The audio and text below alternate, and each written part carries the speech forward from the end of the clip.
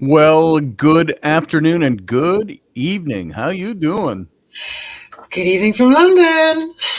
Yes. I'm just disheveled. I was like, I'll be back in a minute. And then you went live. And I'm like, I went ahead and went live. I thought I'd go live, even if you weren't back in the chair. I'm here. I could give you a great grand introduction. Oh, it's just all right. in case. I'll get you to it. Anyway, it's lovely to see you, honey. And wonderful to see you as well. Thank you very much. And you're looking smashing. Thank you very much. So. It's very kind of you to say. Well, yes, I'm a kind person. Yes. That way. So, welcome to everybody. Welcome to the program. This is me, Scotty Roberts, and my co-host, whose name is not correct. I'm going to change it as we speak. I am going to edit your name right now. I'm doing it as we speak. Bear with me. There it is. I am Roberts. She's Robertson. I'm done it. There it is. I'm sorry. It's one of those afternoons, evenings over there. So it is. This is evening, and the ladies that are joining us, they're from my neck of the woods. So yes, they're here. All right, good to see you, ladies. Good to see everybody who is here today. Everybody who's joining us. Those who are not in the chat room but are still out there, you can come and join the chat room if you'd like. Join in the conversation, and hope you have a good time here. Wendy, this is our, believe it or not, it's our 13th show of this second season. So we're already halfway through season 2, and it took us a year to do it. So we've had such bad luck. I mean, my health hasn't been great, and it's affected R&R, and it's affected Wicked Women as well. So, but it's so nice to be here. And I was like, we're going to do this today, aren't we? We're going to do it. We are. We're going to maintain. We're now back onto track with 2 weeks in a row. So it's a record. Yeah, it is for the second season anyway. So it's good to have you back. Yes. And it's good to see you again, as always. And I hope everybody out there is doing well, and you're ready to maybe contribute a little bit to this episode a little later in. We're going to be addressing, I think, a topic that, how would I say this? This is something that those who experience this know it very well. Yeah. And then there are those, I think, that experience it that aren't always quite aware that they're experiencing it, at least by definition. And until they stop and they go, wait a minute, yeah, that kind of defines who I am. Yeah. And it can apply to single people. It can apply to married people, people in a relationship, people not in a relationship. It can apply across the board into careers, into workplaces, into social time, or lack of social time. And the topic that we chose today is that lonely in a crowd. And it's something that I think we've all experienced to one point or another. Hey, JP, good to see you. All right, let's get the party started, he says. Quote the JP. Jeez. And we've got Allison here and Sandra, and we've got Gina. And that's all that are in the chat room so far, but there's a whole lot more of you out there. They're stalking us from a distance, you know that. Yes, and that's okay. You can join us from a distance, or you can come on. And Carlene, How you doing? Good to see you as well. And so, Wendy, where do we want to begin with this? Talking about we should define what we mean by this first, and then we can break off into all different kinds of areas of this. But Well, loneliness in a crowd. you have to bear with me because I never even saw the link because it's not come Oh, up. It didn't come up on my. So I it actually didn't come up on mine either, which was weird. I just went in oh, 2 what are minutes we before the talking about? show and resent the link. So So, lonely in a crowd. The thing is, I speak from experience where I'm coming from, mhm, and I think there's a lot of people I've spoken to in the last couple of months that are experiencing it as well, and in my friends, in my family, and um, you know, I don't mind time on my own. I love time on my own. I sure. absolutely like to have time on my own, but I also get to a point where I'm becoming a bit sick of it, and I feel since Henry died, my house is like a morgue, and even though there's been some moments which have been lovely in my life, which there's a lot of loneliness in my life, and I've never thought of myself as a lonely person. And in some ways, I've shut myself away and deliberately reclused myself, which is what I tend to do. I tend to disappear and recluse myself when I'm not feeling well. Mhm, But mhm. I think I've also been very disappointed, disillusioned by a lot of things. And I think what happens is you recluse yourself. And for me, like I have also felt when I've been out with other people, there's this loneliness in you that even then when you're with other people and you're in a crowd, etc., I put a very good face on it, but underneath that, I'm feeling, what am I doing here? I just want to go home, Right, crawl under the covers, and I have to put, I have to put that face on, and because people want to see that bubbly Wendy. They don't want to see the other Wendy. They don't want to see the right. vulnerable Wendy. They want to see the bubbly one. So I think that loneliness. I have a couple of friends, a gentleman, a friend of mine. He often puts on his Facebook page just how lonely and low how he feels. I think it's a common thing that a lot of us experience, and sometimes it's crippling. It's absolutely crippling. I understand that. And I've been reading some social scientists on this. There's somebody, Bella DiPaolo, PhD. She writes about living single, and which is not what this topic in particular is all about, but it's about singularity, Yeah. I think, as opposed to being single. And she was talking in some of the things she wrote. She's talking about single people, and she says they may not be lonely, they may just want to be alone, antisocial, or they may just want to relate to others outside the supreme logic of the couple. And so there are definitely people out there who choose to be alone in life because they prefer that. Yes, they do. Um, I could see it, like myself. I could see myself after so many years of having been surrounded by people. I've been a married man in one form or another since I was 21 years old. And I've been married and divorced and married and divorced and sole custodial father of 3 children and married again with 3 more children. I have rarely had any time period in my life where I was alone. There was one time when I was 28 to 29 years old that I lived alone.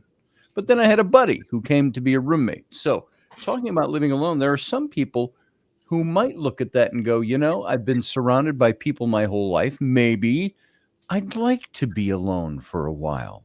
I'd like to have my house stay neat without 4 other people messing it up all the time. And I'm not talking in the big negative sense. I'm talking about you're always picking up after somebody. You're always putting something away. You're always getting on somebody to, hey, can you pick your shit up? Or And the nice way. you and I are coming from different ends because Yes. you're in that. I'd love some time on my own to do things and have peace and quiet. And I'm coming from the area of like I'm alone a lot, Hmm. and I would like it to change. Yes.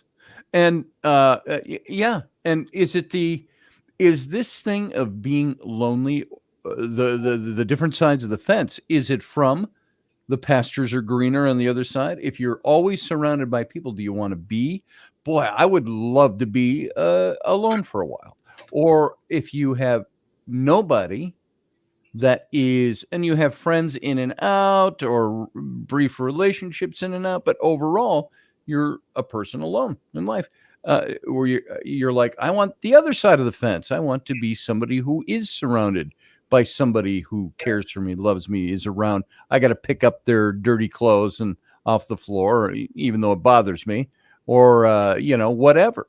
Somebody who drinks my drink, who drank my soda. Oh, I did. Oh, well, thank you. I was saving that. But you got another person, so you're not alone. But So, you're in that bubble, aren't you? Because you've got kids, you yes, hardly have much time alone. That I'm in the other bubble where it's like all you hear sometimes is silence, and yes, and it's become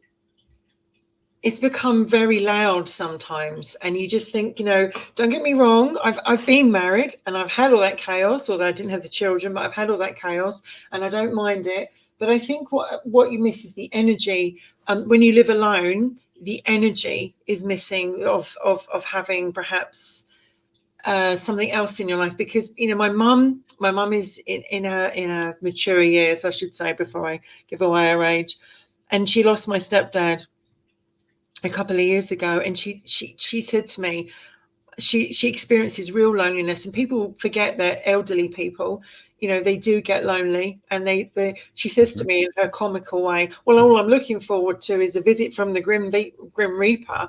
And I'm like, please don't say that. But I think a lot of elderly people do spend a lot of time on their own, especially when COVID hit. If you can remember, I um, can. how many people were shut in their homes and they Yeah. couldn't mix with anybody, and there was so much loneliness. As we found out, needlessly shut up in our homes for a Yes. long period of time. Yeah. You all may disagree with that or have different varying opinions in that. That's a different issue altogether, but that's what we are coming to learn. There is somebody who wrote a book, Michael Cobb. It says, now this is a slightly different take on this whole thing. I'm equating loneliness with being single, as a lot of people do, just for the sake of this part of the conversation. He says he's sick and tired of the single person being the avatar of the lonely crowd. We've screwed up beliefs about loneliness, he argues, especially as it relates to being single versus coupled. He refuses to accept the stereotype of singles as lonely and pathetic. He says in his book, quote unquote, they may not be lonely, they may just want to be antisocial. They may just want to relate to others outside the supreme logic of the couple. And that's the quote I gave you a little earlier. And Professor Cobb also rejects the premise that a book about singles has to be a book about sex. He says, I want to suspend questions of sex, sexuality, courtship, to open the possibilities of other questions about what it means to be single or to be alone, and to be in solitude with no immediate relational or sexual prospects, or the couple's narrative entering your existence, and the historical belonging in sight. And here's a couple of. I want to give you some of these quotes from his book, and then we'll take this and we'll shift it a little bit, because this is not the whole emphasis of what we're talking about today. But in his introductory chapter, he says, "The American citizen." Now, you're not American, Wendy, so you can take this as it applies. You're not a colonial. I'm not, Um, darling, no. Yes. The American citizen, or you can say the citizen, is not a he or a she, but a we. And we, the people, but we, the couple, and the couple, ideally with kids, is how he defines the people that are not alone. The loneliest of us are not necessarily those of us who are actually alone, but rather those of us trying our hardest not to be alone. Get that quote? Listen to this again, Wendy, and everybody. The loneliest of us are not necessarily those of us who are actually alone, but rather those of us trying our hardest not to be alone. Yeah. He goes on and says, the single can be a figure that offers us not only a private room, but roominess, as opposed to the crowded touch of the couple. And these are all individual quotes throughout this chapter. It says, the single can teach us how to be alone, all one, as the word alone etymologically suggests. All one, all alone. And isolation free of loneliness could ideally give the capacity to be productive and creative. I've noticed that. If I want to be the most productive, it's at times where I'm the loneliest. You get everybody, I got to go stay in a hotel and finish this book. I wonder if by shifting the focus, by making the couple rather than the single, the avatar of the lonely crowd, we can discover figures that are alone but not lonely, not menaced by the feeling of loneliness that push most of us into the couple, which is really the crowd. Now, there is a big question I want to pose to you, and not of you, but to you, and pose to the rest of everybody in here and to myself. Have we ever felt that we are pushed into relationship or coupleness as a way to avoid loneliness? Good question. I'm sorry if I'm shifting a lot here tonight. I've got sciatica. That's all right.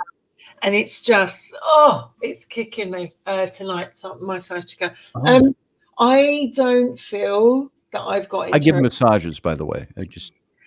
Do they stretch all the way from the United States to the UK? Sadly, only vocally. I have never got into a relationship to get out of loneliness. I have never looked for that, because for me it's all about connection, and I would rather be on my own than be with someone who makes me feel like shit, or just there's no connection with somebody. Being single, I've been single a long time, as in I've been on my own probably more than I've been with somebody out of choice. Have you ever?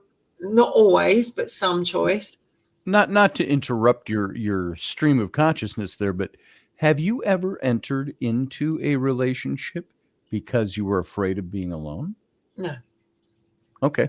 No, because anybody else out there? Think about that for a second. It is because I think it's unfair. I think it's unfair to the other person. When you're, and also you've got to look at life as well.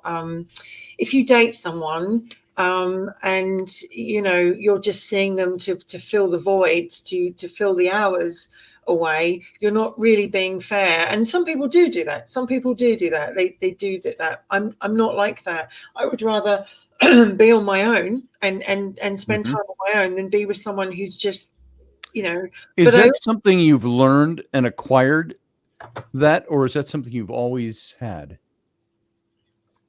I can say this about me. More time on that's an acquired thing for me, because the place like where I went to school, I was in a very cloistered Bible college to seminary, and everybody got to get married. Pastor's got to have a wife, and no matter how worldly wise a young girl in her young 20s was at the time, they all deemed themselves at the Bible school as somebody that needs to become a pastor's wife, because all this Bible college is pumping out guys going into the ministry. And so that was the bubble, the social bubble that we all lived in. And so I think it took me a long time to realize that I didn't need to push myself into that to become unlonely. I equated unmarried with loneliness, unmarried with unaccomplished. I think when I was younger, I went, from my dating history, she goes back into archive mode. I probably didn't have any time on my own. I probably dated. And then I think when my first marriage failed, I got into another relationship, which was just awful. It was the abusive one, just awful. And then when I came out, I met my second husband, you know, so I was in Canada, Mm-hmm. my life was very different. It was when that marriage ended. I was on my own for a while, and then then I was in a long-term relationship, and then that ended, and that's when I went, I'm done. I don't Mm-hmm. want to be in a relationship. I want to, you know, I didn't trust men, so I decided to be alone, and I wanted to be alone, and I loved being alone, and it was great. And I think what's happened is now, especially when COVID hit, it showed us all how loneliness really is, how you can be in a house with lots of people and feel completely alone, how you can be in a Sure. house on your own and be so alone. And it's crippling, as in the fact that you just think, I, I haven't been hugged. You know, I haven't been hugged for a long time. You know, and when someone does hug you, it's like, wow, I've forgotten how wonderful that is to actually have someone touch me, because Mm-hmm. you can be in a relationship and feel very alone. You can be on your own. And you know, my mom was saying, like, you know, when you lose a partner, a long-term partner, it's there's a crippling loneliness. and Mm-hmm. and I think that people underestimate um, how, you know, people say, "Oh, I'm fine. I love having time on mine. I love doing my own thing," and it's good. Don't get me wrong; it's great. The bed's the same. I get the whole bed to myself. I know what I want to watch. I don't have to argue with anybody. I don't have to. You know, it's wonderful. But I've reached a point where I'm like, I want someone to share my life. I want to wake up with someone. I want to go sleep, um, make tea. You know, and all, share those things, because you know, I've done with the loneliness. I've done being on my own. So now it's time to find that someone. And also I Yes. think COVID showed me as well, because a lot of people I love died and not from COVID, but they died around COVID time. I never got to say goodbye to a lot of people. And I remember feeling like my freedoms, like all our freedoms were taken from us. And you realize that when you're actually caught in a trap where you can't get out, you can't see people, you can't bring people in, you have to live with yourself. And yes, I've done that, and it's wonderful. But you Sure. also feel incredibly like, I need stimulation. I need to be around other people. I need to have that. And human beings we're meant to have contact. We're really not meant to spend all our life on our own. We're supposed to share our time, or some of it with somebody. So I think that COVID forced us all to feel. People went and got more dogs, so they weren't feeling alone. They went and bought more cats. So they bought stuff for the house to keep themselves busy, because they couldn't handle the fact that they were on their own, or you know, they couldn't mix with people. I think being alone, you know, there are two camps there. I'm fine on my own. I'd love it. I'd love more time on my own. And those of us that are like, done it, been there, don't want to do it anymore.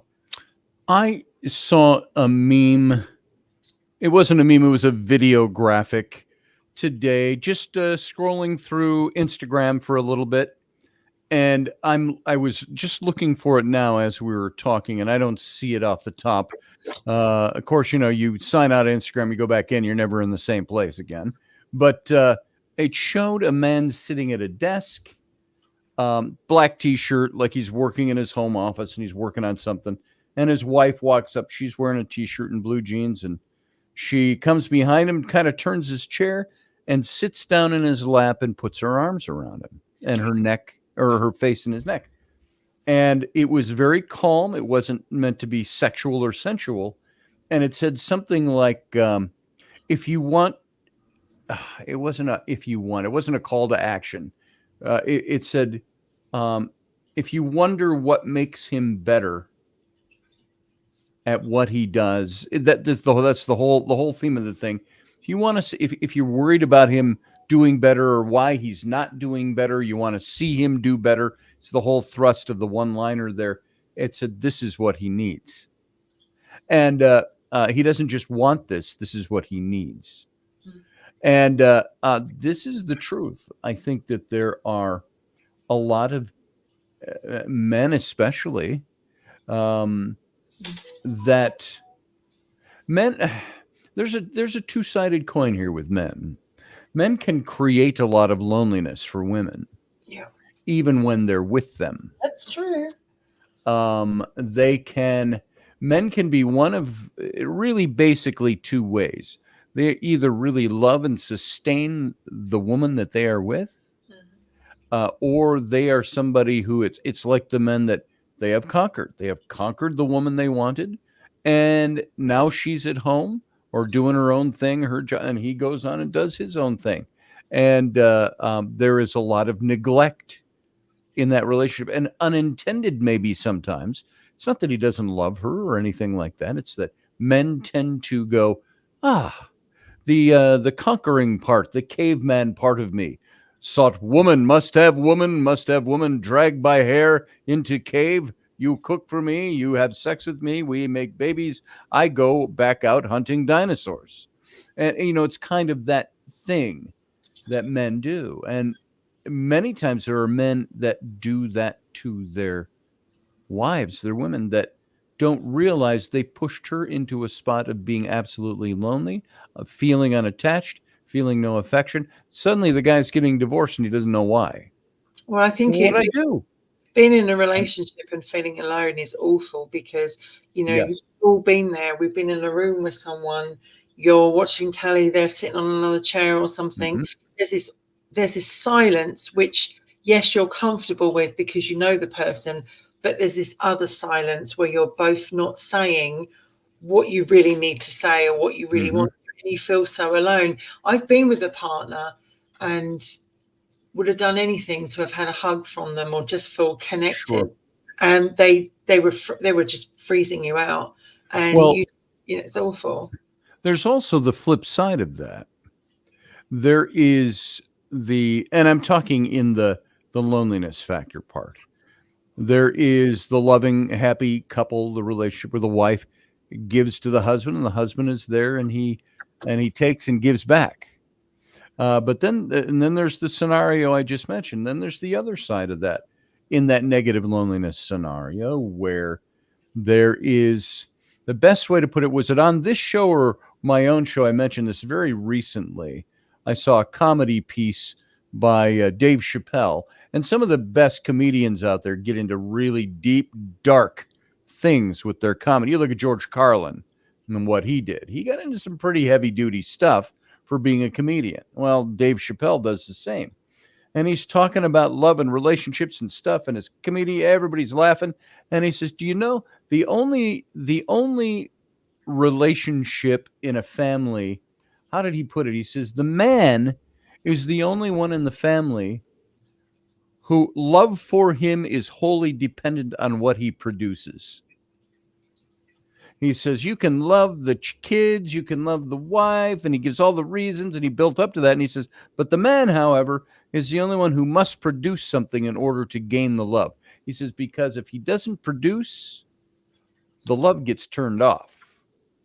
If he's not producing and not being what he's supposed to be, or the way he's perceived, or the way the wife says, you need to be making this kind of money, and if we're not doing this or driving this or buying that or paying that, if we're ever strapped for money or behind the bit, all of a sudden there's distance, there's Mm. loneliness is set in. And Dave Chappelle is right to a certain extent. For the man is the only one who faces in a family conditional love. And that conditional love is based on what he's able to do for the wife and for the family, to provide. I mean, that's the big thing that we say, a man has to be the provider for his family, right?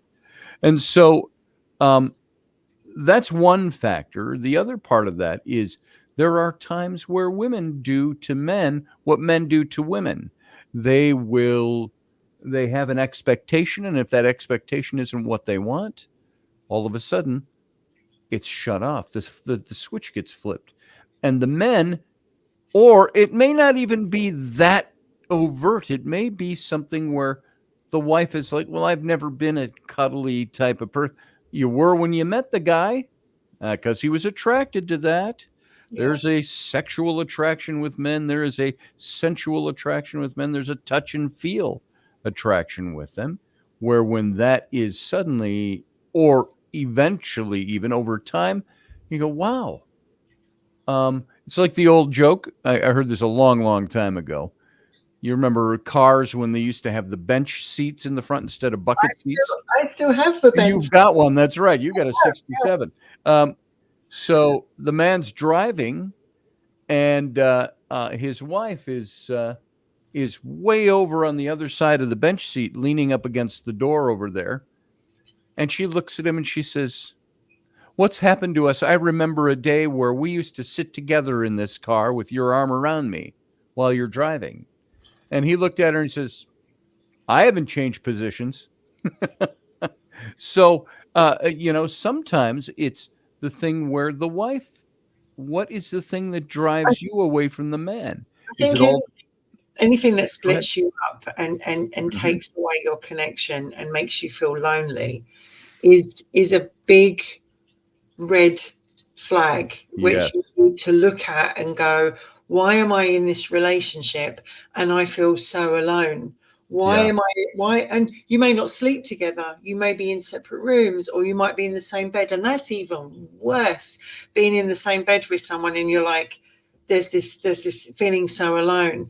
I think anyone who's laid alone at night, in their own bed or sharing it with someone else, and there's this, for me it was worse to share a bed with someone and have that loneliness. It was worse. I would rather have the bed to myself and not have that loneliness feeling of like, why are they not talking to me, why don't they want me, why, and all that kind of stuff.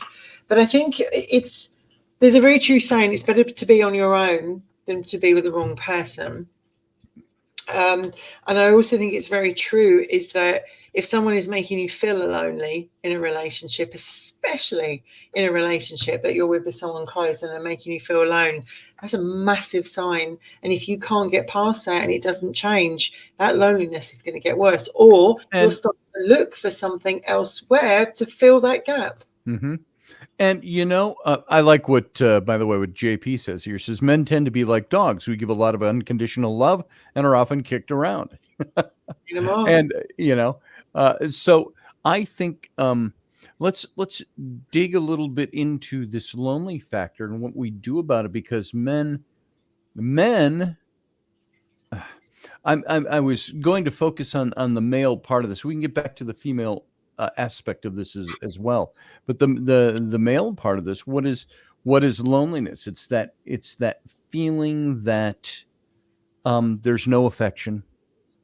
There's no, and people think, well, guys can deal with that. They don't give a lot of affection. Guys do give a lot of affection.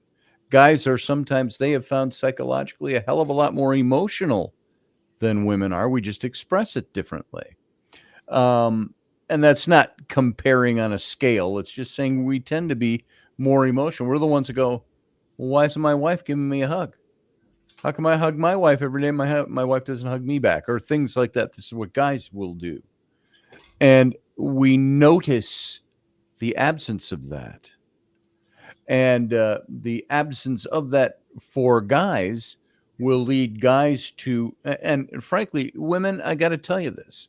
Now, this isn't, Wendy, particularly dealing with the sole issue of loneliness.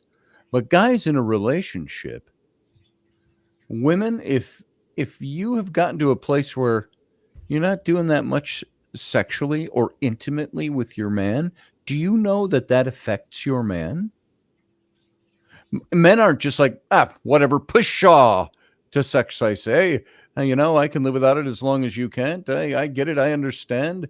And it goes both ways, though. Don't forget. It does go both ways. Just feel just as lonely from their guy.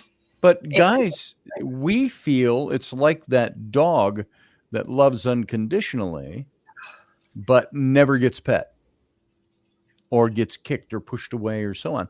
It doesn't even have to be a big negative thing is being done. It has to be the positive isn't being done. And I'm speaking from a male standpoint, and many men I've talked to that over the years in these situations, it's like, well, my wife just doesn't want to have sex anymore. And remember, for a woman, it might be, well, my husband doesn't want to make love anymore.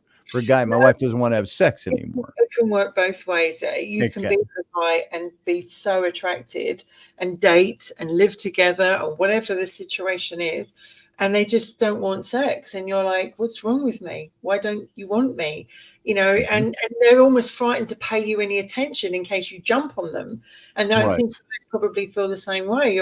You're sometimes you just want to feel them. You just want to feel their hug. You just want to feel. But sometimes, and many times, a woman will hug a man like that, and the man is like, yes, she wants sex.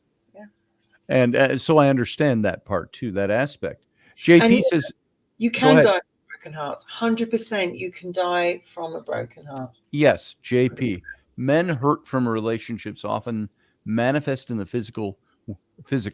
Men literally die from broken hearts. Now, They do. you and I, we have talked on this show before, and we've all talked before about how um, the gut is attached to the heart, the Yes, brain is you attached to have the heart. brain cells. You have brain cells in the heart. You have, When you are and hurting emotionally it goes to the or heart. empty emotionally, what happens? It goes right to the physical heart. Yes, it does. Why do so many guys die of heart attacks? Why do they die even if they're the same age? Why are men expected to live shorter lifespans than women? How much of that is connected to the emotional aspects of being men and women? Who are the men that seem to live the longest? Now, I don't know any scientific data behind this, but I'm saying it seems to me that the men I see that live into their 90s and they've been married for 76 years. Are you kidding me? You've been married 76 years to the same woman and they love each other. You can see them, they might bicker, they might do this, they might do, but they're always, they hold hands. He's always with his wife, he's always helping. Then he dies, she's dead in a month, or That is vice very versa. common. I've known quite a few mature couples. I don't like to say the word elderly because it just don't feel right. But I know a lot of older couples, they lose their partner and then they die of a broken heart. But the thing is, as well, the heart, as I said to you when we did a show a couple of weeks ago, the most primal logic, a primal emotion we have is love. That's the most Yes. primal emotion out of everything. Love is number one. And if you get heartbreak, you have brain cells. So if you're going through torment in your head, it will affect your heart. You'll get palpitations. You'll get, chest pain. You're oh my God, I'm having a heart attack. Your heart. When Henry died, I remember like feeling so much pain. I thought my heart was going to explode. And I think what it is that the body has to get rid of what they're feeling, and if we don't express it and if we don't get it out, it will just implode us. And I think with loneliness from a guy, like I mean, I was worried my mum was going to die very soon after Harry went, because they were like this, and I thought, oh my God, if we can get my mum through it. And my dad was the same. He lost his partner and we thought he was going to go. But you know what? They've now been on their own almost 2.5 years since their partners have gone, and they've actually gone out of their way to go, I'm not going. I don't want to go. I still want to make the most of it, even if I Sure. am on my own. And I think that mental attitude gets you through a lot. But if you're in a relationship, like I'm reading Jason's comments down the side. Yes. Any kind of emotional hurt from relationships, because we're looking both at men and women here, often manifest in the physical with men. Men literally die from broken hearts. Affirmation and feeling respected is huge for men in terms of feeling valued. And I have to rephrase that. Affirmation and feeling respected is huge for both men and women. Sure it It's is. not just one side. If a woman doesn't feel that from a guy, or a man doesn't feel that from a woman, you're going to have these issues come up. Yes. And I feel that I know of a woman right now, and I was always tempted to say the name, but who's very lonely in her life. She has a family. The house is very busy. There's always people coming, but she's so alone in herself. and she feels so at nighttime. The hurt comes out at nighttime, and the Sure. whole thing is being alone. When you often see people at a restaurant and they're eating on their own, people think, how can they eat on their own? They're lonely. They go to the cinema on their own. They go shopping on their own. They're getting their food on their own. But I've seen many people on their own in a restaurant. Some are on their phone. Some are experiencing this, that, and the other. And I know Jason is putting up that men experience that aspect more. I would say women do it too, much more these days. There are so many more women on their own as well. And as a woman, you kind of, and this is the thing, I've been single a while, right? And we talked about this before. Mm-hmm. When I go to a party, I feel so alone because everybody's in couples and I'm alone. And I'm on my own. And people think I'm going to run off with their husband, right? I'm going to run off with their husband, or I'm going to take their boyfriend or something. And I'm not going to do any of that. I'm literally, hi, how are you? Nice to see you. I have had women tell me, and I quote this, from friends who I see as friends, oh, we do worry you a bit. We do worry a bit, Wendy, because, you're on your own. And you think, what? Well, because I'm on my own, because I'm single, because I'm alone, I'm just going to run off with your husband. I'm going to run off with your boyfriend. Women, right? With men who are on their own and they go to parties, it's a little bit different because they're they sort of. But women are seen as predators, I think, if we're on our own. We go to a party and we made an effort, we look good or whatever, and it's like, oh, you can see all the other women looking at you straight away going, she's after your man, stay away from my husband. You can see it. And my sister was at a party with me recently and she went, if that wasn't a shot over the bow, nothing wasn't. And it makes you feel like, I'll just go home, shall I? Because I'm actually not coming to this party to chat any of you lovely gentlemen up because you're all taken. So people stop doing things when they're alone. We stop getting asked. We stop getting asked because we're on our own. Can you believe that? I can. Rocky asks, and folks, if you don't know Rocky Stucci by now, you should. You check out his radio show. He and I used to do a lot of radio together. But he said, is it bad to have an established to-do list right after a breakup? What do you mean by to-do, Rocky? No, I don't think that's bad. But you know what I think can build that to-do list? And say, I've already got a to-do list after a breakup. It's what's led up to the breakup. It's all that time in between. Where did my relationship suddenly get to the place where it's in that condition and leads to the breakup? And it's all that time in between. And by the time you're finally done and it's broken up, you've been alone for a hell of a long time. Well, that's right. You have, because you've been living with yes. Being a roomie. But it is true to say that women, and I hate to say this about my own sex, women see single women as dangerous.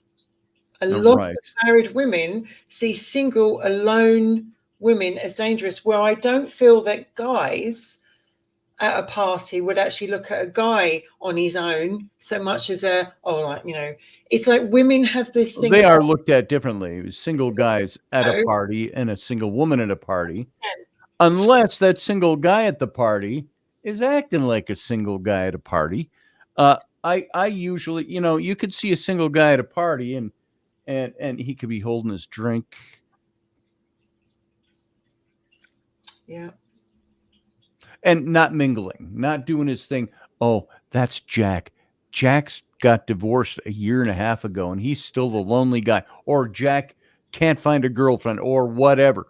Yeah. And, I think some of that's personality type too, because there's going to be some people that could never function as a lonely person outside because they don't know how to be What's the opposite of being lonely? A not lonely person. I look at me. I've got a personality. People wouldn't know by looking at me at a party if I was somebody who was hurting lonely or hurting single or hurting together or whatever, unless I wanted to share that information with them In a comment because I'm that outgoing.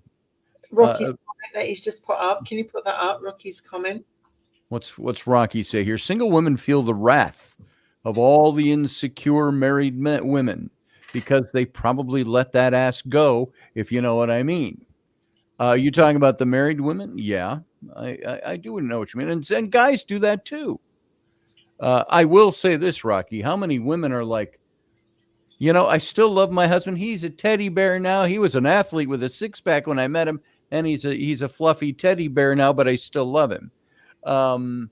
Guys let themselves go too, but women also do. You've not had that experience where you walk into a room or you walk somewhere and you just see all the women grab their men as you walk in, and it's not because you look great, and it's not because you've got a cleavage or anything like that. It's because they see a single woman as a she's like the lone wolf, she's like circling the block. Yeah. For instance, the cougar, well, that's somebody going for the younger men, but and he had a girlfriend. We all said to him, please don't date her. She's a nightmare. Please don't date her. But he did, and bless his heart. And she hated every single female friend he had. And we were like, well, I'm so sorry I don't have a boyfriend, just to make you feel better. I'm so sorry that I've actually turned up here on my own. And it's like sometimes you feel like a leper. Remember when we first did our very first show, the very first episode we did of Robertson, we talked about that you're almost like being single and alone is like being a leper sometimes. It's like, it's like, hi, I'm single white female. This is my age. And people sort of looking you, as if you're like, why are you single? Why are you on your own? What's got to be wrong? What's wrong with you? Why are you alone? And I think that you can feel very lonely in a party on your own. You go to make a sure. Go to see your friends, you go to make a difference, but you feel alone. And I think it's the norm to be in a relationship. And when you're not in a relationship for whatever reason, you can be seen as the lone wolf. But for me, as I said, I stopped going out as much. I stopped doing as much not because I haven't got a partner, but because I think the more time you spend alone, either just two things in which I'm in the middle of, you either get used to being alone and spend more and more time alone, or you desperately want to spend your life and do something with someone, but it's finding that right connection, which is like gold dust. Whereas if you're married and you've got the kids around all the time, when you've got the wife or the partner, your time alone is so precious because you have very little time of it to yourself. And that's very true. When you're raised, I could go to Rocky and say, you've raised a family. He's got 3 boys that are all now just out of high school. And so he's lived a life for many years, 18 plus years, of having a wife and kids at home, never having a lonely moment unless you make them, especially. I'm in that boat. I know lots of guys there, but I know guys that have been in relationships where there is a good public front put on, but at home it's not so good. No. At home it's and you wonder why that is. I've got to throw that in there. Why does that happen to men and women? Why do we end up in so many of us in relationships where the happiness is not there, the happiness is not shared, and there is loneliness? You've got 2 people, and I think one of the lies of our society, our culture, as Western culture, let's put it that way, has been that you have to be independent. You have to look out for number one. You have to, even in a relationship, you can't have a healthy relationship unless you make yourself number one and you do the best for yourself and you love yourself. Blah, blah, blah ad infinitum. Yet what we have seen is that can either lead to a healthy interdependence between a husband and a wife, or a man and a woman, or that can lead to you've got two isolated people who are independent, functioning, happy, doing well, but lonely as shit because they do not become interdependent in the right way. Oh, I can't be interdependent with a man. Oh, I can't be interdependent with a woman. And that philosophy is what has led to men and women being utterly lonely in their relationships. I Well, think he doesn't like the same thing I like, or she doesn't like the same thing. She doesn't want to go hunting with the boys. She doesn't want to go smoking cigars with us and drinking cognac. So I do that. Or he doesn't want to, do the things I like to do. He's not into camping, or he's not into, you know, quilting, whatever you want to use. I'm using an extreme there, but it, it's like, honey, you go do your thing. And then the interest levels start to diverge do you not think as because they well, don't work at bringing them back together. And then they build loneliness, two lonely people. do you not think that your own mental health can make you lonely as well? Yes. Because if you suffer from mood swings, depression, and mental health issues, and women, menopause, all things like that, sometimes your own mental health and physical health can make you feel alone. People don't understand. They don't want Right. to understand. So you actually then stop going out and stop mixing with people. And I know you're talking on a couple here, but I also want to bring Right. the other side of loneliness. There are many reasons why people feel alone, and it's not just one side. And it's like, if you have a condition, if you have an illness, if you have a mental health issue, some people choose to be alone because they're like, I'd rather be alone than have to explain or to deal with what I'm dealing with. And I think Yes. it's very important that, sometimes people don't tell you they're lonely. They don't show you they're lonely.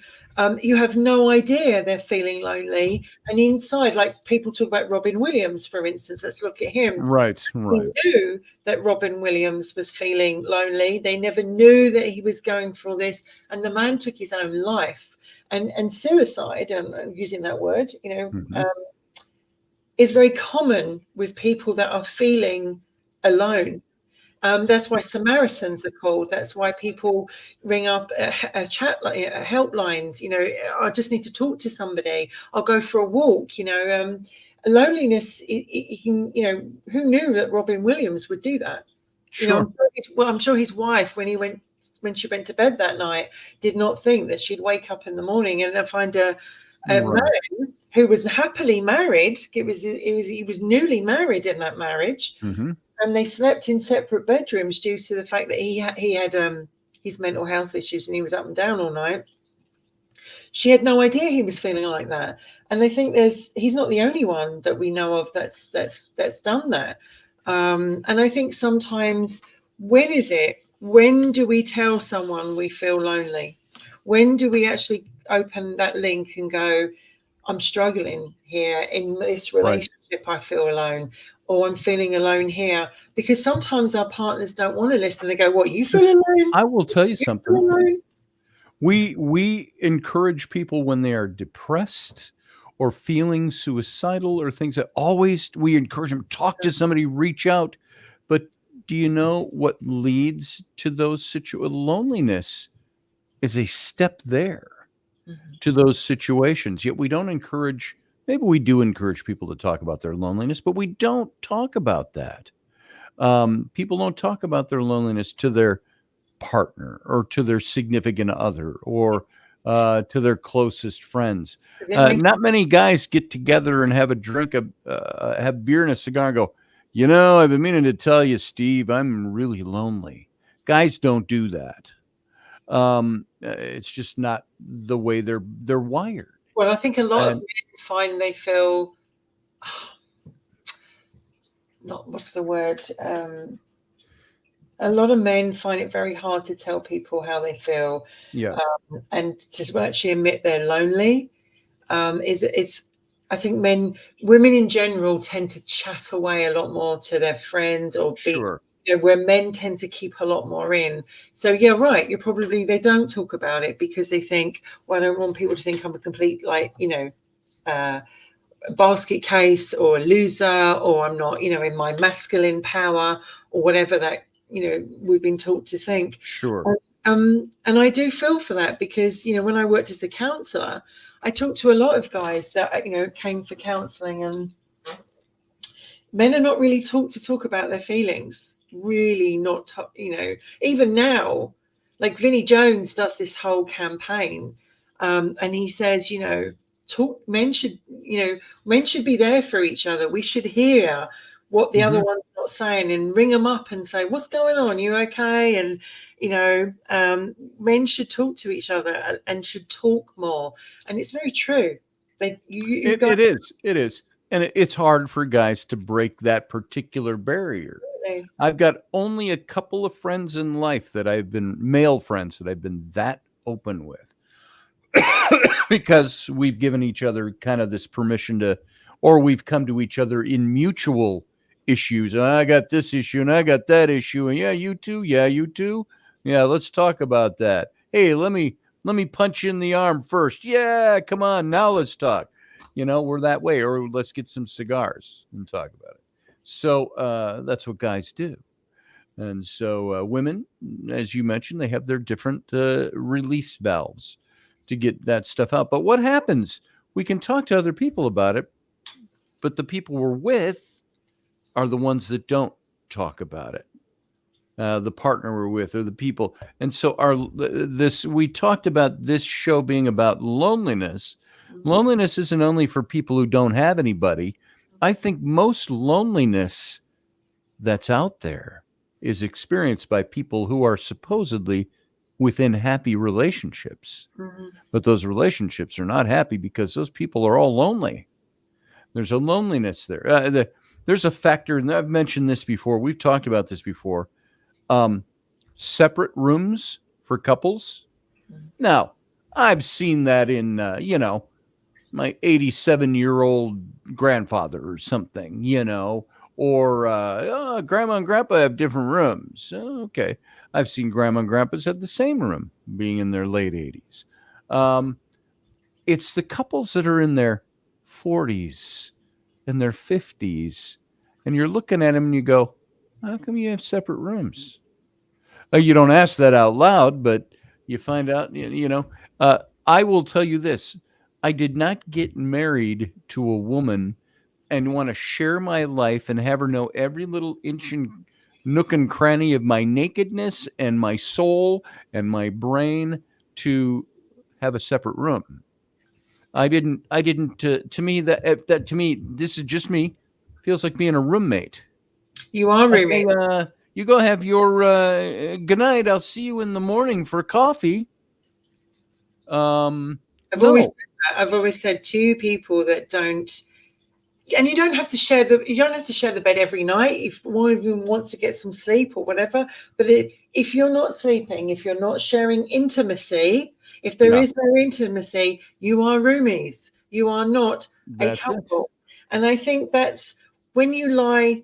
Everyone sleeps separate. Sometimes someone's ill, you're in a bad mood, you've had an argument, you fall asleep on the sofa, your wife leaves you. I didn't wake you up because you were sleeping so nicely. So you do, but I think when intimacy goes out the window, and I'm not talking sex, I'm talking about pinching your bum, holding your hand, putting your arm around you, giving you a hug. And also intimacy is with your voice, talking to someone. How are you feeling?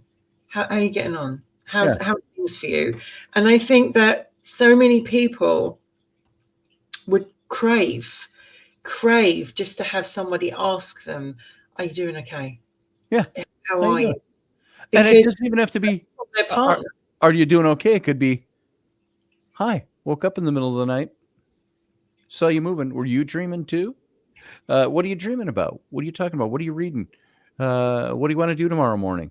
Let's go back to sleep so we can wake up and not be tired. Or let's stay up. Let's do whatever. You know, it's having that person there. Now, I am not the king of a country. I know that, you know, historically, you know, like kings and the high nobilities, they had the king's bedchamber, the wife's bedchamber, and never the twain shall meet. Maybe they had secret passages in between, but that was about it. That's not what most of us are. The 99.999% of us, if that's a real number, aren't like that. I did not get married so I could someday have a roommate. I got married. The hope when you couple with somebody is to never have to experience the loneliness of being uncoupled. Yeah. And to have the loneliness of being uncoupled within a coupling is even worse, I think.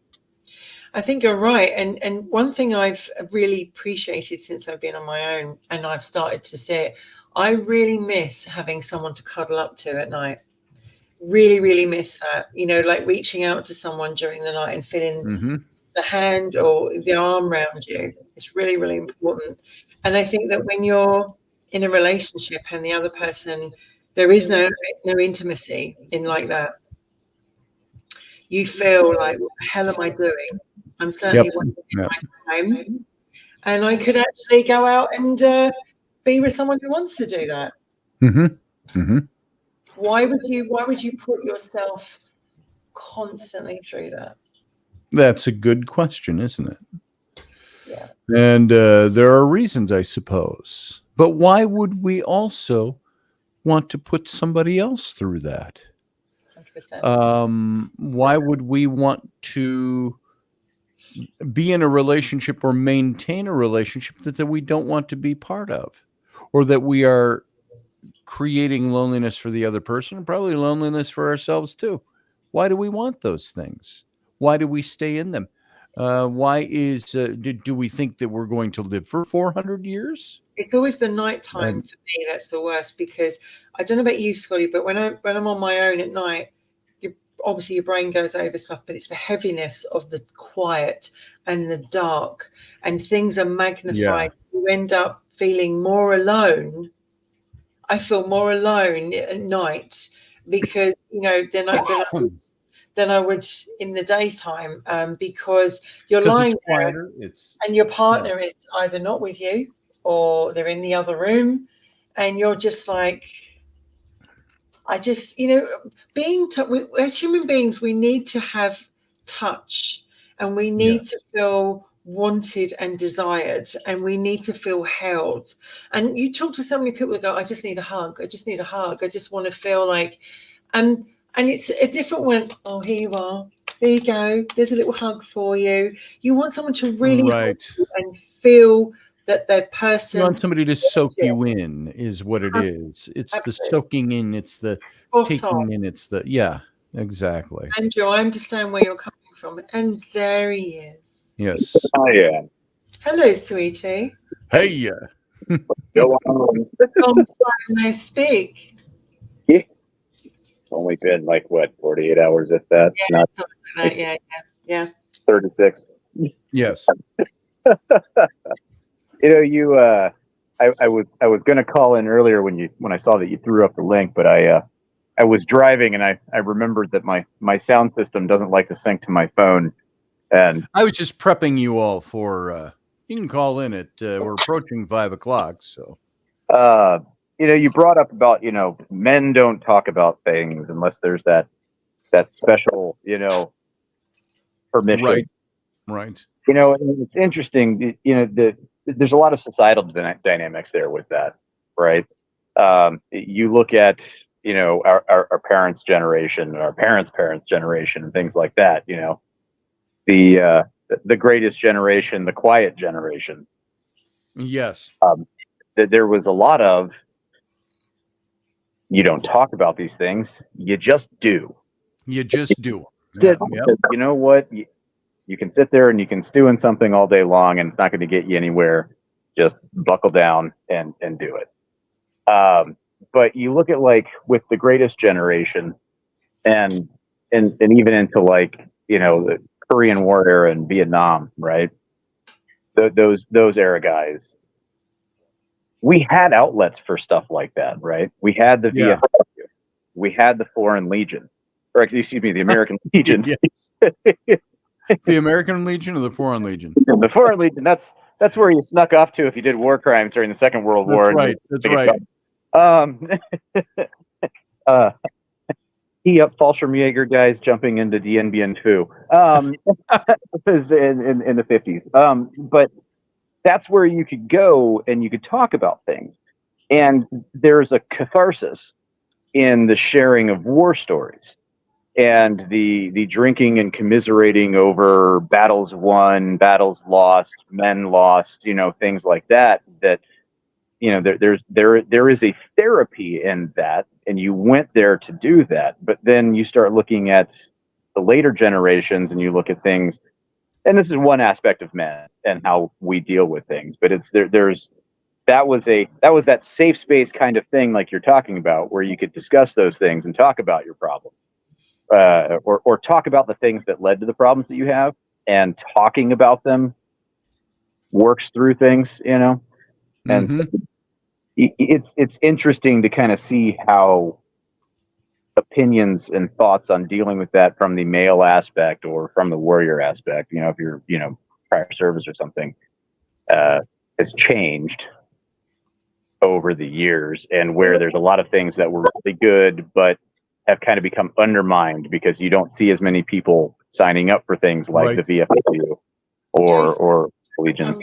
I'm going to ask you a question, Jason. How often do you? I don't want to go on the houses. I just want it up. Fact. How often do you feel alone? Well, here recently, a lot. And what do you do when you feel like that? I try to make myself busy with something if I can. Mm-hmm. And is nighttime a tough time for you? Is it worse at night? Yeah, I would say that's fair. That's a fair statement. Nighttime tends to be, that is definitely when I get most restless and most in my own head. Is during the night. The quiet hours. There is nothing going on. There are no major, unless you go out hunting for them. But I typically don't go hunting for that stuff very often in general anyway. Do you find as a guy, and the reason I'm asking this, because by bringing it down to certain points, other guys that are watching it, or even women that don't know their guys are going through it, will understand. Like, you find it really hard to say to somebody, I'm lonely, I feel alone. That is purely audience dependent. I'll be completely honest. There are some male friends, female friends, older friends than me, even some who are in a younger age group than me, that I am absolutely comfortable with talking about whatever it is. And then there's some people that's just like, hey, I'm there for you, buddy. Hey, yeah. Thanks. So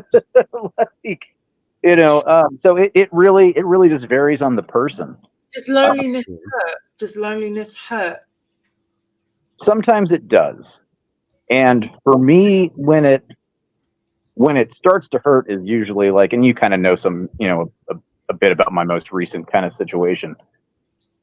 It's when you have that time to sit there and reflect on the why, the what is even going on, the questions that you get left with, when you're, in a situation like I am, for audience perspective, so they understand, somebody basically disappeared and checked out of my life for, a good month before I even heard a little bit out of them. And it was, significant other type kind of thing. And it's like, what even happened? And even when you do know that there are certain circumstances with that individual, they retreat. They absolutely retreat inside of themselves when they're going through mental health issues. And that's bad. Sure. But that's one of those things, and you look at the odd behaviors with that, and you start questioning and thinking about that. It's like, I'm here. You can talk to me about anything. I'm not judgmental. The only time I get judgmental is when you're being an absolute, shitty human being kind of thing. You know, I'm not judgmental. I'm going to listen. I'm going to offer feedback if you want it. You know, if you don't want it, hey, I'll just listen. And then to, you know, delete themselves from that lifeline. Can people? Here's a question, yes or no, really, on this one. But can people make us lonely? Yes, absolutely. I've definitely been in that situation. I mean, I made my comment, you know, nothing like sobbing yourself to sleep when the person next to you in bed, you know, won't put their arm around you even for just a little bit, or let you put your arm around them for a little bit. So we're talking about loneliness and everything, but it's like, what can we do to ease some of the loneliness? What would help to help get through these tough times? Obviously, Scotty's talking about like in a partnership. I'm obviously talking it from more being on my own. Like, what eases or what can soothe? What can we do to soothe ourselves through this loneliness? Blackjack and poker. No, I'm kidding. I'm absolutely kidding on that. But no, being busy is a really good thing to do. You know, there's the old adage, you know, idle hands, the devil's plaything. And it's true. And it's not just about like you get into trouble, you know, because you're not doing nothing or, you know, whatever. It's also the fact that if you are busy doing things, your mind can't sit there and stew in the negative things. Like it's, yeah, you just sit there and you stew and stuff. It gets bad. You know, like you'll drive yourself insane. But that's kind of, for me, I think, is probably one of the biggest things that somebody can do is. But get out and be busy.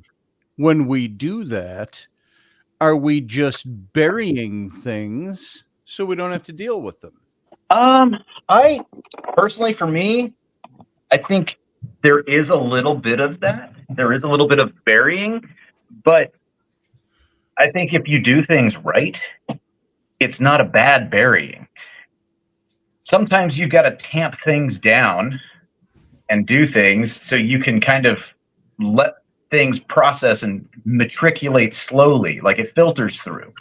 And if you get doing things and you kind of start, you know, finding yourself looking back and being like, oh, you know, this was actually a really bad thing, and I probably shouldn't have put up with this, or this was a tough situation and I should have handled things differently this way, it becomes a bit easier to reflect if you're being healthy in your activities. This is an interesting point, though. Have we individually, the three of us, on our own terms, have we made someone else feel lonely? Because I know I'm sure I probably have, and it is completely unintentional, because I tell you what. Well, that's the thing. See, you and I are guys, so you and I have that innate ability to alienate the woman that is our partner, or to make them feel useless or lonely without even realizing we did it. Then we end up divorced and we go, did I do something? I don't. What? So that's what guys do. That's but the way.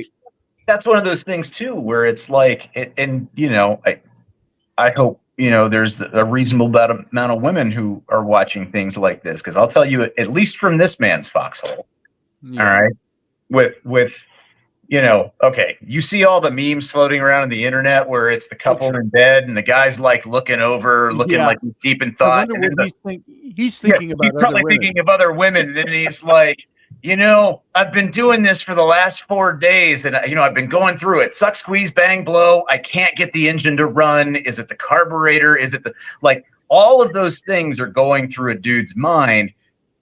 The furthest thing from other women or whatever, and you know, and you have that kind of thought play going on there. You know, that's very much a real thing. You know, as an ADHD guy, I get into my own head and I sit there and I think about things and I ponder over things, or I get hyper focused on something.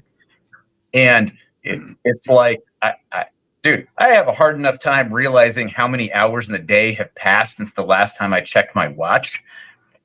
Rainey has said to me on many occasions, I would love to have you go get checked to see if you have some kind of ADHD or something. And I say, no, I'm just focused. I'm just focused on the things I do. But I'm like you, Jason. I've seen you sewing your hats. I've seen you working on stuff. I could sit here and do a painting, an illustration, or be working on something. Yeah. And I look at the clock and it's 2:10, and then I'll look up again and it's 8:30. And I'm like, have I been doing this for 6 hours? Yeah. So and that's so, like, I have unintentionally made people feel lonely because of that. You're here now, Niall, by the way. Right? You're catching a bit of it. Yes, who's that? Huh? Who's that that's come on? Oh, that's Niall. No, he's just out there. He said, sorry, I missed the show. I said, it's still going on, so you're catching it. Yeah, exactly. But I think what I wanted to get at the point is that sometimes I don't want to beat around the bush. I just want to be basic because people are listening, and it's like, what do we do to soothe our, right, keeping busy is great. Keeping busy is great, but you can't keep busy 24/7, right? No, you can't. So what do you do in those moments when you feel so alone, whether you're in that relationship or whether you are on your own, and it overwhelms you? What do you do in those moments? You know, a lot of times you do. Jason, hold on. I was going to say you do what Jason just described, which says to me that Jason, maybe you admitted this already, and you don't need me admitting it for you on here, but let me give you a parallel. I was once told a very long time ago by somebody in counseling, they said, why don't you ever slow down? Do you ever stop? Why are you always doing one thing bumped up against the next thing, the next thing, the next thing, and you're overlapping them? She said, have you ever stopped? And she said, a great sign of somebody who is dealing with inner turmoil. She didn't use the word lonely. She was talking about other things, abuses, things like that, inner turmoils. What do guys do? We fill our hours until we are so exhausted, we fall asleep. We do. Well, and that's actually, I was kind of going to touch on that, like when the last time I was in Afghanistan, 18 into 19, initially there was like a week when I got there, whereas like I felt very alone. Every other time I'd been downrange, it was with all of my battle buddies, my colleagues, and I knew everyone in the unit, and all of that. The last time I went, it was I'm the only dude going to the office that I'm going to, and I'm basically doing everything on my own until I figure out who it is that I'm working with and establish things. And so there were a couple of points where I had these like just really lonely and just having a hard time coping, and then I just threw myself into my work, and then I hit the gym every night and did an hour or hour and a half of cardio, and focused on the things that I needed to do and things I wanted to take care of, and you know what, it passed. But I just want to say, like, because when I went to Calgary for the first time, I couldn't stay in the property all day. I had to leave the property. So he was at work and I was walking around town in a town I didn't know, thousands of miles away from home, on my own with very limited resources. And I've never felt so alone, being somewhere which was wonderful, but I was alone, and I would have done anything to have heard a British accent. I remember I used to listen out and think, please let me hear somebody, let somebody talk to me. I remember sitting in the coffee store and everyone watching everyone together, everyone's having coffee together or having dinner together. And I was there alone. And even though I was there for a good reason to be with my ex-husband, I felt so alone in myself. And it was like, oh my God, everybody I know is thousands of miles away. And there's only so many times you can walk around the shops, go shopping, eat something, read a magazine. So, loneliness comes in that form. And what do we do in that moment? You have to work through it. You have to go through it. You have to plow through it. You've got no other option. Well, and that's one of those things too. I've kind of found that, I've gotten to a point where I don't mind going to eat dinner by myself, go to the cinema by myself, go to the coffee shop by myself. Right. Table for one, please. And, at one point I used to do that sort of thing where you go in there and you're like, oh, only fucking couples are all together and nah, why can't I, and like you stew in it. And then at some point it's like, hold on, wait a minute. Why am I griping about this? I can do what I want when I want. I don't need anybody's permission. I don't need to worry about if I'm ruining somebody else's schedule. I don't need to worry about if I'm offending someone. And quite frankly, I like going to the movie by myself. It's probably better that way because I make too many funny comments in the movie. So Niall's got something to say here, I'm sure. But before I bring him in, you make me think there's an old song. When I was in church work, working with youth, there was a songwriter, Wayne Watson, and he was contemporary Christian artist at the time. And he wrote this song on his new album at the time it came out. And it was such a great song. But the first verse says, it's good to be lonely every now and again, to be parted from the ones you adore, to sit at a table for two all alone and take a look at the world around you, at people who have no one to go home to, some with no place to belong, others consumed by their weakness, and others when weak seem so strong. And then he goes into his chorus. I remember that song. It was a very, very acoustical piece. Mm-hmm. And I think you, Jason, what you just said. Do you have a Go ahead, Niall. You might be making the point I want to make, and I'll let you make it. Do you have?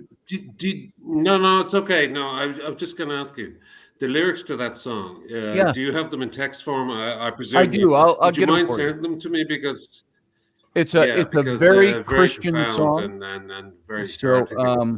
I'll get it for you. I'll send it to you right now while you're talking.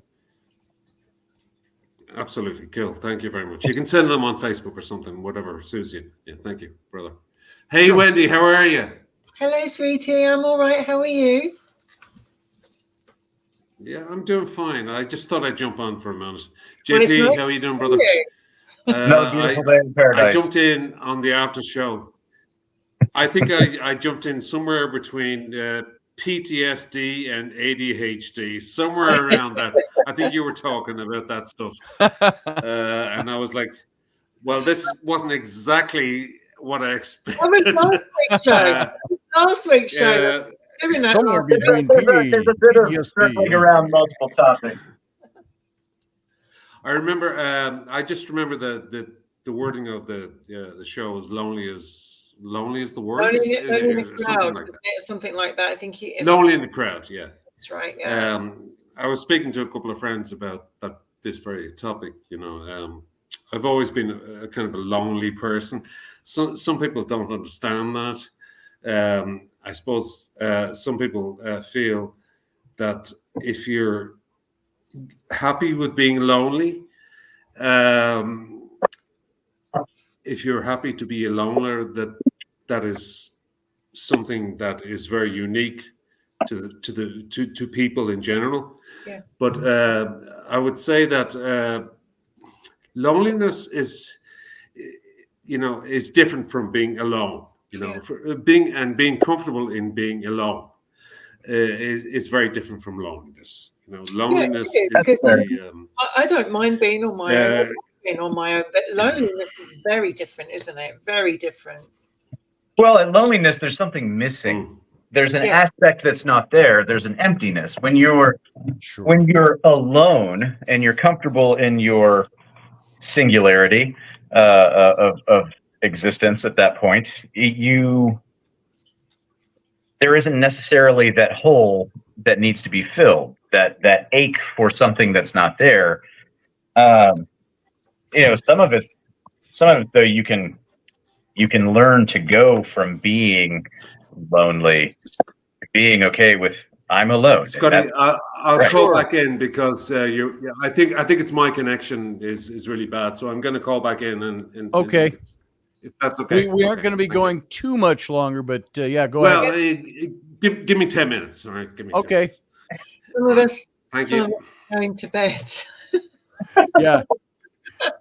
And I have family upstairs to tend to, so I think yeah, it's one of those important, things. So you know, what I would say to people is, if you are lonely, there are people out there that you can talk to, such as the Samaritans and people like that are open 24 hours a day, and will listen and be there. You can also go to your doctor and ask talking therapies or counselling, etc. If you find that very difficult, nature's very good. Going for a walk, putting your feet on the bare grass and feeling it, getting grounded, helping someone else out. You know, if you find it really hard to tell someone how you're really feeling, you know, that's the hardest thing, because if you don't know what to do, if you don't know how to say it to someone, that's the biggest problem. But if you can, even if you do it in passing, even if you do it through something, it's like, reach out to someone, go somewhere. yes. I mean, how many people go to libraries? If they still go to libraries these days, we still have them over here, and you see them reading a book on their own. They're happy to be on their own. But what happens if you're lonely? If someone said this to me once, but you don't know what you're lonely for, but you feel that feeling, but you don't know why. But it's like, I feel alone, but I shouldn't feel alone. When you just pop in some Roy Orbison, crank it up, and sing along to "Only the Lonely" in your house or in the car or whatever. Great movie. Only the Lonely. John Candy, brilliant movie. Loved it. Niall, we've got just a few minutes left. What's on your mind, brother? Sure. Yeah, it's always a pleasure to see Wendy and yourself together. You look very Great to have you. dapper as usual, Scotty. Thank you, sir. Thank you, sir. Wendy, you look beautiful as always. Thank you. JP, always talking the talk, my friend. Always a pleasure. Always. I just want to say that I just came in from a great meal with a group of friends who I hadn't seen in some time, and it was a wonderful experience. But I'm glad to be home. Loneliness, and being alone is a very difficult thing to kind of separate in your mind. I think that being with a loving partner is not something that I necessarily aspire to, or at my age.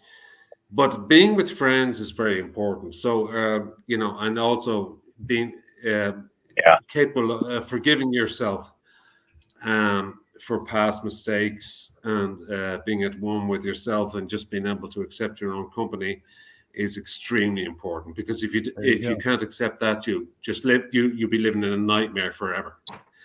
You'll just replay everything in your dreams over and over again about all the remorse and all the stuff you should have got right, well, all the stuff you failed at, all the relationships that were you damned, this kind of stuff, and it'll just replay in your mind over and over again like a loop, unless you can come to terms with who you are. Like, some people not everyone is born to be a family man, not everyone is born to be in a relationship of any kind. Some people are born to be on their own, but sure. Isolation is a disease. It can turn into a disease if you make it that way. So it's important to have, if you're not a family person, or if you're not a relationship person, and you don't like that commitment, or that commitment is not something you feel that you can enable, then friends is vitally important.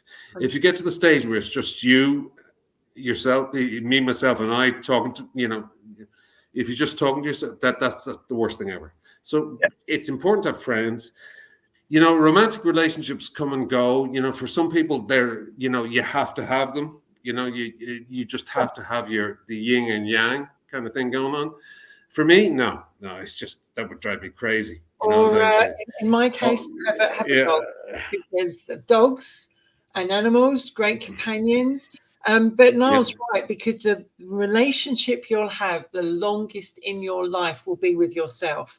And if you are not happy in yourself to spend time with yourself, and as what's his name? Oh my God, famous drag queen, RuPaul. Is he?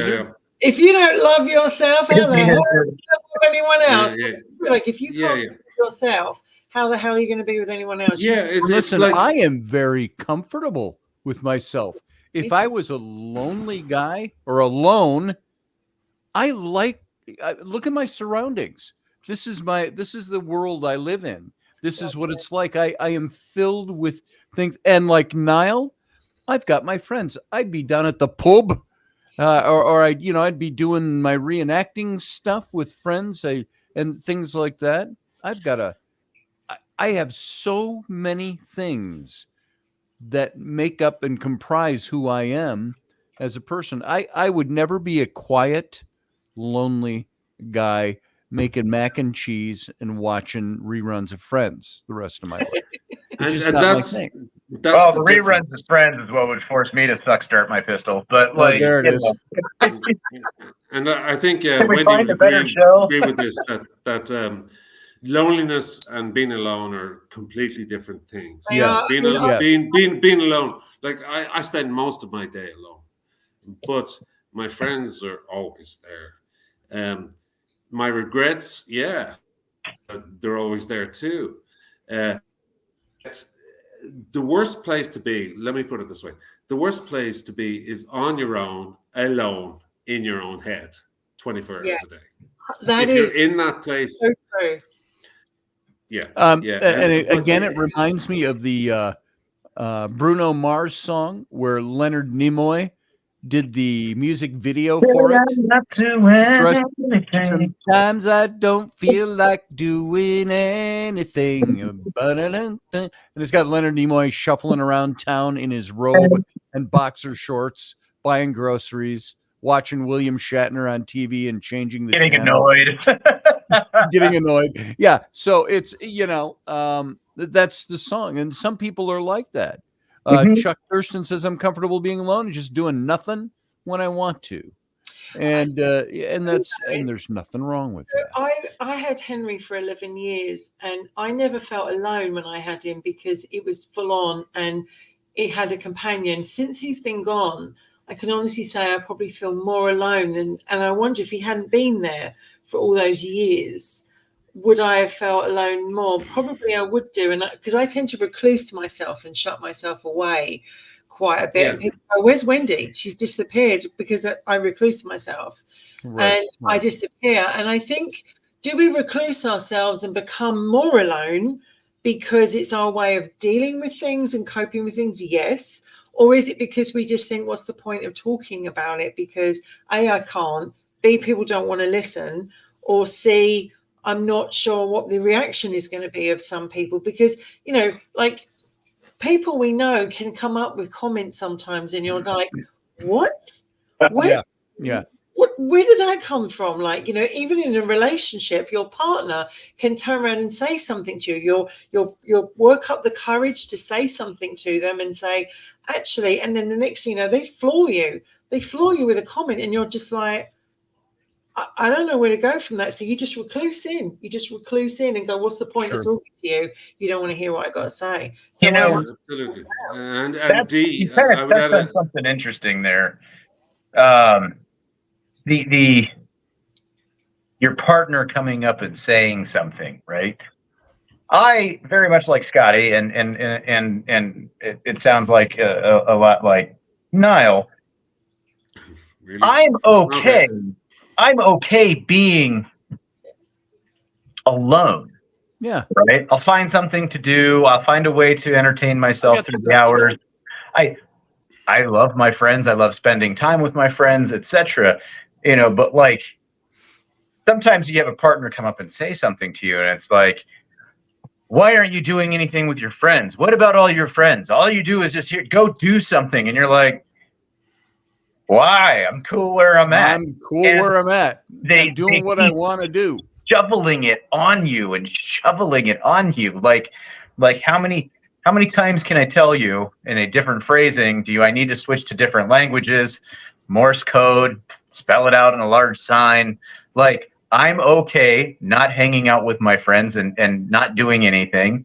And I'm okay not hanging out with my friends and spending time and just enjoying being in the vicinity of you guys. Like, I'm perfectly happy with that. Like, so that's like, like a lot of people don't understand, like Niall was saying, that, alone is very different from being lonely. And people equate the two, right? And it's not the case at all. Yeah. And I think what's most important to take out of this conversation is that being in a relationship can be a pain in the ass most of the time, as you just outlined, JP.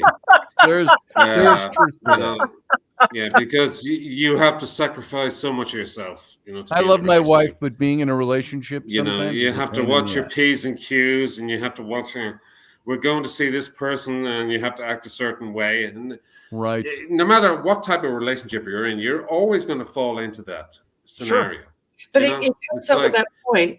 I expect you to act a certain. There's expectations, Why? All expectations. I can behave in public, damn it. Why would you want to be with anybody who makes you feel lonely? And I will say that again. Why? It's not going to be answered here tonight. But why would you want to be? I think it never will be answered. Because at the end of the day, it's like they will continue to make you feel lonely. So you've got a choice. There's also a good question. Can someone make us feel lonely? Can they make, or is it something in us? Something in us that we are, of course they can, but is there something in us as well that needs something from someone else, especially our partner? And if we don't get it, as I said before, if we don't get it before and we continue not to get it, the gap gets bigger and wider. And it seems to me that these are then the people who become the people who no longer look for that. And like, they're the ones that close it off. And they go, I don't need that anymore. I mean, they've made that choice. The unconditional love is non-existent, except outside of the relationship that you might have with your parent or a sister or I disagree.